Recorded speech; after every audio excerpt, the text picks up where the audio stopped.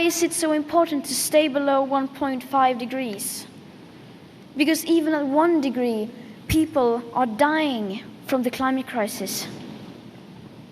Because that is what the United Science calls for, to avoid destabilizing the climate, so that we have the best possible chance to avoid setting off irreversible chain reactions, such as melting glaciers, polar ice, and thawing Arctic permafrost. Every fraction of a degree matters. So there it is again. This is my message. This is what I want you to focus on. So please tell me, how do you react to these numbers without feeling at least some level of panic? How do you respond to the fact that basically nothing is being done about this without feeling the slightest bit of anger? And how do you communicate this without sounding alarmist? I would really like to know. Since the Paris Agreement, global banks have invested $1.9 trillion in fossil fuels. 100 companies are responsible for 71% of global emissions.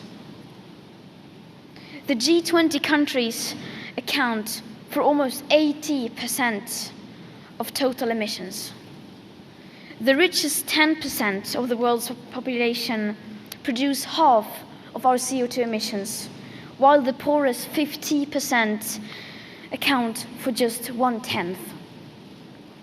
We indeed have some work to do, but some more than others. Recently, a handful of rich countries pledged to reduce their emissions of greenhouse gases by so and so many percent by this or that date, or to become climate neutral or net zero in so and so many years. This may sound impressive at first glance, but even though the intentions may be good, this is not leadership. This is not leading, this is misleading. Because most of these pledges do not include aviation, shipping, and imported and exported goods in consumption. They do, however, include the possibility of countries to offset their emissions elsewhere. These pledges don't include the immediate yearly reduction rates needed for wealthy countries, which is necessary to stay within the remaining tiny budget. 0 in 2050 means nothing if high emission continues even for a few years, then the remaining budget will be gone.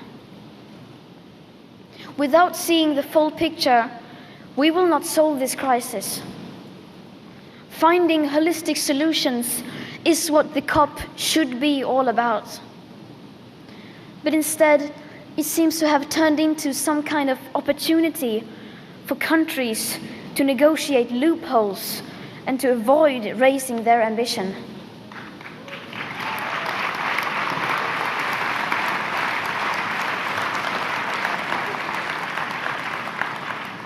Countries are finding clever ways around having to take real action, like double counting emissions reductions and moving their emissions overseas, and walking back on their promises to increase ambition, or refusing to pay for solutions or loss and damage. This has to stop. What we need is real, drastic emission cuts at the source. But of course, just reducing emissions is not enough. Our greenhouse gas emissions has to stop. To stay below 1.5 degrees, we need to keep the carbon in the ground.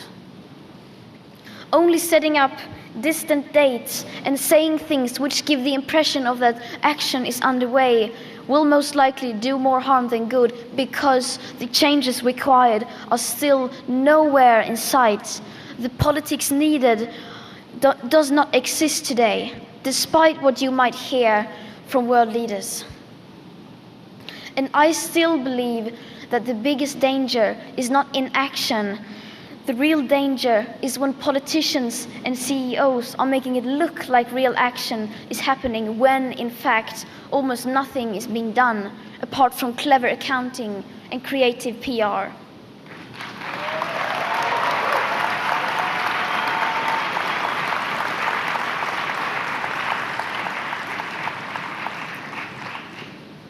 I have been fortunate enough to be able to travel around the world.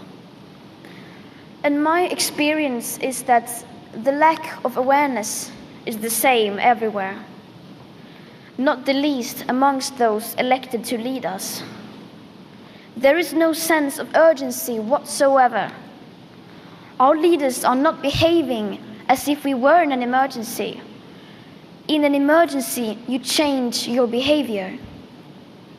If there is a child standing in the middle of the road and cars are coming at full speed, you don't look away because it's too uncomfortable.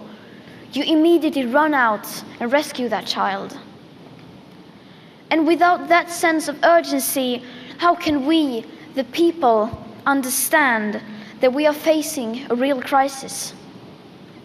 And if the people are not fully aware of what is going on, then they will not put pressure on the people in power to act. And without pressure from the people, our leaders can get away with basically not doing anything, which is where we are now. And around it goes. In just 3 weeks, we will enter a new decade. A decade that will define our future. Right now, we are desperate for any sign of hope.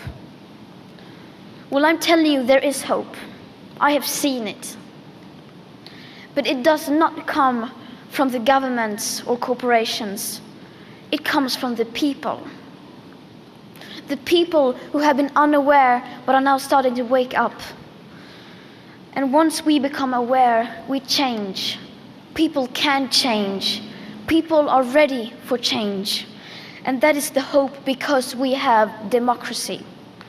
And democracy is happening all the time, not just on election day, but every second and every hour. It is public opinion that runs the free world. In fact, every great change throughout history has come from the people. We do not have to wait. We can start the change right now. We, the people. Thank you.